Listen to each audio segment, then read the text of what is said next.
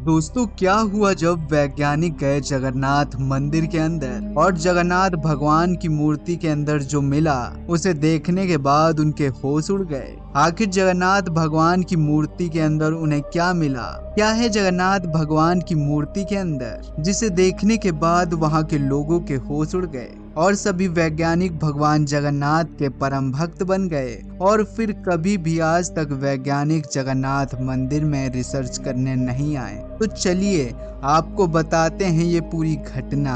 उससे पहले अभी तक आपने वीडियो को लाइक और चैनल को सब्सक्राइब नहीं किया है तो कर दीजिएगा और कमेंट बॉक्स में जय जगन्नाथ लिखना मत भूलिएगा। चलिए आज का यह वीडियो शुरू करते हैं। दोस्तों कहा जाता है कि पुरी में स्थित भगवान जगन्नाथ का मंदिर है और यह मंदिर अपने चमत्कारों के लिए जाना जाता है। इस मंदिर में भगवान श्री कृष्ण का दिल आज भी जीवित अवस्था में मूर्तियों के अंदर धड़क रहा है। दोस्तों यहाँ पर भगवान जगन्नाथ, उनके भाई बालभद्र और सुभद्रा की काठ की मूर्तियां हैं और ये मूर्तियां लकड़ी की बनी हुई हैं और इन मूर्तियों के अंदर भगवान श्री कृष्ण का दिल आज भी धड़क रहा है। दोस्तों ये आपको एक मंत्रगढ़ंत कहानी लग रही होगी, लेकिन आप जब जगन्नाथ मंदिर जाएंगे और वहां के पंडितों से भगवान श्री कृष्ण के जीवित अवस्था में धड़क रहे दिल के बारे में पूछेंगे तो आपको एक ही उत्तर मिलेगा, वह है भगवान श्री कृष्ण का जीवित अवस्था में होना। दोस्तों जब यह बात वैज्ञानिकों को पता चली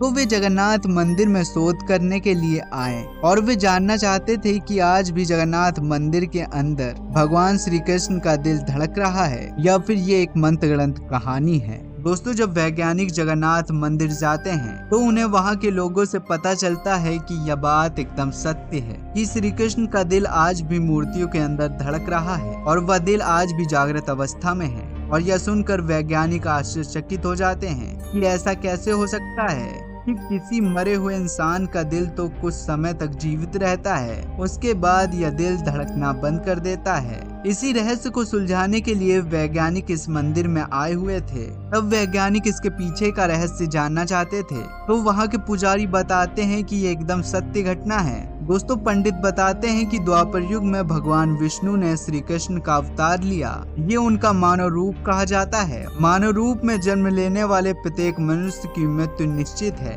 इसी प्रकार भगवान श्री कृष्ण की मानव रूप में मृत्यु निश्चित थी।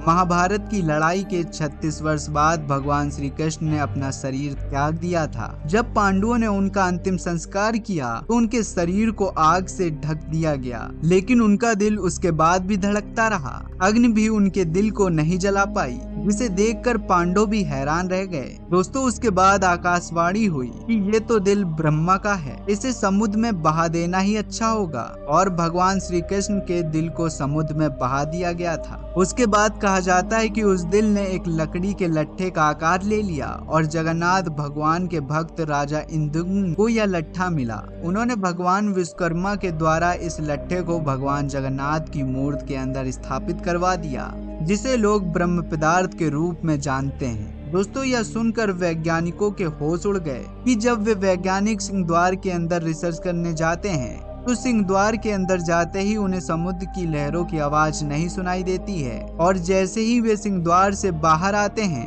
वैसे ही समुद्र की आवाज फिर से आने लगती है। यह देखकर वैज्ञानिकों के होश उड़ जाते हैं। वे सोच में पड़ जाते हैं कि ऐसा कैसे हो सकता है। लेकिन दोस्तों वैज्ञानिक श्री कृष्ण के धड़कते हुए दिल का रहस्य सुलझाना चाहते थे।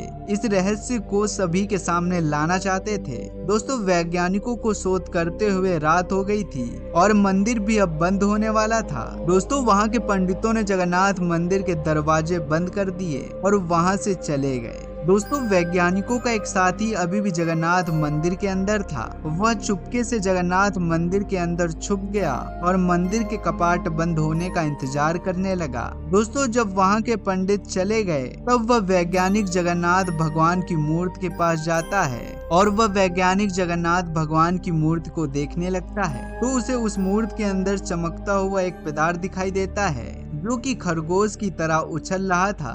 दोस्तों जब उसने उस पदार्थ को देखा तो उस वैज्ञानिक के चिथड़े उड़ गए। दोस्तों कहा जाता है कि जो भी मनुष्य उस धड़कते हुए दिल को देखेगा तो उसकी मृत्यु निश्चित है। ऐसा ही उस वैज्ञानिक के साथ हुआ। दोस्तों जब सुबह हुई जब जगन्नाथ मंदिर के कपाट खोले गए और उन वैज्ञानिकों को अपना साथी नहीं मिला तो उन्होंने ये घटना वहाँ के पंडितों को बताई। दोस्तों वहाँ के पंडित कहते हैं कि मैंने तुम्हें मना किया था कि भगवान जगन्नाथ की मूर्ति से दूर रहना, लेकिन तुम वैज्ञानिक नहीं माने। दोस्तों उस वैज्ञानिक को बहुत ढूंढा गया लेकिन उस वैज्ञानिक का पता नहीं लगाया जा सका। दोस्तों आखिर वह वैज्ञानिक कहाँ गया किसी को भी नहीं मालूम। दोस्तों जब पंडितों ने जगन्नाथ मंदिर के कपाट खोले तो वहां पर खून की छींटें दिखाई दी और यह देखकर वहां के पंडित हैरान हो गए। दोस्तों खून की छींटें देखने के बाद वहां के पंडितों ने बताया कि वैज्ञानिक मारा गया। दोस्तों इस घटना के बारे में आपकी क्या राय है, प्लीज हमें कमेंट बॉक्स में जरूर बताएं। दोस्तों अभी तक आपने वीडियो को लाइक और चैनल को सब्सक्राइब नहीं किया है तो कर दीजिएगा। तब तक के लिए जय हिंद, जय भारत, वंदे मातरम मित्रों।